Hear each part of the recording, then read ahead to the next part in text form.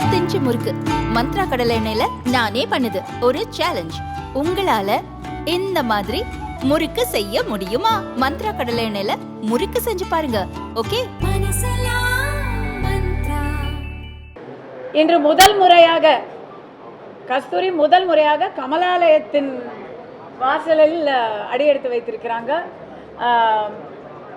எனக்கு இந்த நவம்பர் மாதம் நடந்த சர்ச்சையில் கைது பிரச்சனையில் நான் அண்ணாமலை அவர்கள் அப்போ லண்டனில் இருந்தாங்க. அப்போது அவங்கள நான் வந்து காண்டாக்ட் பண்ணி பேசினேன். அவர் எனக்கு நிறைய தைரியம் கொடுத்து அட்வைஸும் கொடுத்தாரு. அந்த நேரத்தில் என்னெல்லாம் பண்ணணும் அப்படின்னு சொன்னார். அப்போ அவர் சொன்னதில் நான் பாதி தான் பண்ணேன், மீதி பண்ணுறதுக்குள்ளே என்னை உள்ளே போட்டாங்க. இருந்தாலும் அவர் எனக்கு வந்து அந்த எப்பவுமே ஒரு பக்கபலமாக இருந்திருக்கிறாரு. அதற்கான நன்றியை நேரில் சொல்ல வேண்டியிருந்தது. அதுக்காக தான் அவர் லண்டன்லேருந்து திரும்பி வந்ததும் நம்பர் 1 வெல்கம் பேக். சென்னைக்கு மீண்டும் வந்த அண்ணாமலை அவர்களை வரவேற்கும் விதமாகவும் எனக்கு நடந்த சோதனையான காலகட்டத்தில் பக்கபலமாக இருந்ததற்காக நன்றி தெரிவிப்பதற்காகவும் தான் நான் இங்கே வந்தேன். வந்த இடத்துல இருவருக்கும் முக்கியமான விஷயங்களை நாங்கள் கண்டிப்பாக விவாதித்தோம். அந்த விவாதம் இன்னும் முற்று பெறவில்லை. அதற்கான தொடர்ச்சி மீட்சி இருக்கிறது. முழுசாக விவாதித்து முடித்ததுக்கப்புறம் கண்டிப்பாக உங்களுக்கு நீங்கள் எதிர்பார்க்குற அளவுக்கு செய்திகளை தரேன். இப்போ அப்படி கொடுக்கறதுக்கு எந்த செய்தியும் இல்லை. ஓகேங்களா? இல்லை, அதான் நான் இப்போ சொன்னதை நீங்கள் கேட்கலன்னு நினைக்கிறேன். நீங்கள் எதிர்பாருங்க, நீங்கள் எதை வேணால் எதிர்பார்க்கலாம். நான் வந்து எதை சொல்கிறேனோ அதை தான் சொல்ல போகிறேன். சரிங்களா? என்ன எந்த சரி.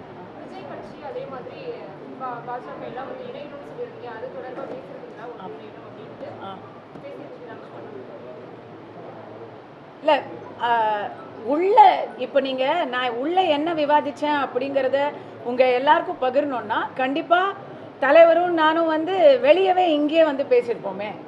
அது வந்து ஒரு ப்ரைவேட் கான்வர்சேஷன். அதனால் நீங்கள் என்னோட கருத்தை சொல்லுங்கள். நான் அவங்கக்கிட்ட என்ன பேசினேங்கிறதோட முழு விவரத்தையும் முழுசாக பேசி முடித்ததுக்கப்புறம் சொல்கிறேன்னு ஏற்கனவே ப்ராமிஸ் பண்ணிட்டேன். என்னுடைய கருத்தை நான் மீண்டும் கூட சொல்கிறேன். திமுகவின் ஆட்சியை அகற்றி ஒரு புதிய காற்று தமிழகத்தில் வீச வேண்டுமானால் அதற்கு எல்லோரும் ஒருமித்த ஒரு கூட்டணியாக இருந்து அதை தேர்தலை சந்திப்பது என்பது என்னை பொறுத்த வரைக்கும் அது ஒரு நல்ல ஒரு முன்னேற்பாடாக இருக்கும் அப்படின்னு நான் நினைக்கிறேன். நான் நினைக்கிறத தான் எல்லாரும் நினைக்கணும் அப்படின்லாம் அவசியம் இல்லை. ஆனால் நான் இதை வந்து இன்னைக்கு நம்புகிறேன், நாளைக்கும் நம்புவேன். வேற எதுவும் இருக்கா? கொஞ்சம் தெளிவாக இல்லை. இன்னைக்கு நாங்கள் வந்து கடந்த ஒரு மாதமாக என்னுடைய நான் சந்தித்து கொண்டிருக்கும் வேறுபாடுகள், என் வாழ்க்கை ரொம்ப மாறி போச்சு இந்த ஒரு மாதமாக. அந்த மாற்றங்களை பற்றி தான் நாங்கள் வந்து இன்றைக்கி பேசினோம். கொஞ்சம் அரசியலும் பேசியிருக்கோம். மொத்த அரசியலும் பேசி முடிச்சுட்டு தான் அவங்க கிட்ட சொல்ல போகிறோம். சரிங்களா?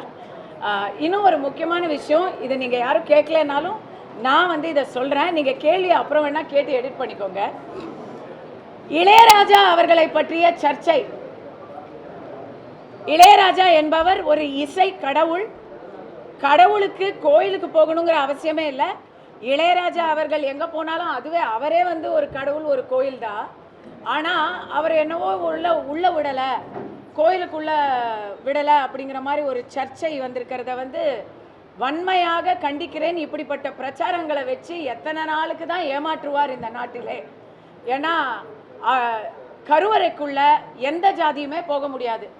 அது ராஜா சாராக இருந்தாலும் சரி, கஸ்தூரியாக இருந்தாலும் சரி, ரங்கா சாராக இருந்தாலும் சரி, யாராக இருந்தாலும் கருவறைக்குள்ளே போக முடியாது. இதோ என் கூட இருக்கிறது என்னுடைய தெலுங்கு சொந்தங்கள், தமிழ்நாடு தெலுங்கு மக்கள் இயக்கத்தை சேர்ந்த என்னுடைய சகோதரர் தேவரகொண்டா ராஜு, ப்ரொஃபஸர் ஸ்ரீனிவாச ராவ், இதுவும் ஒரு ஸ்ரீனிவாசன், மனோஜ் கருடா, எல்லாரும் இவங்க எல்லாரும் என்னுடைய நான் இந்த அசோசியேஷன் மெம்பர்.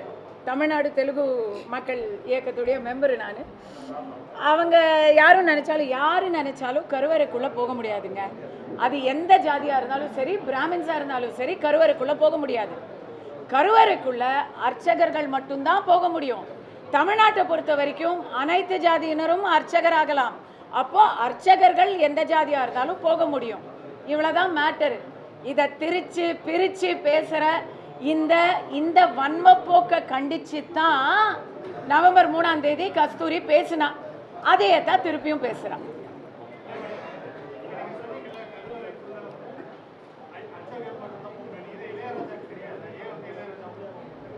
அவருக்கு இல்லைங்க, அவர் போக முயற்சியே பண்ணல. இதோ இங்க நில்லுங்க அப்படின்னு சொன்னாங்க, அவர் நின்றார், அவ்வளவுதான். அவருக்கு மரியாதை பண்ணணும், இந்த இடத்துல நில்லுங்கன்னு சொல்றாங்க, அங்க அவர் நிக்கிறாரு. இவ்வளவுதான் நடந்தது.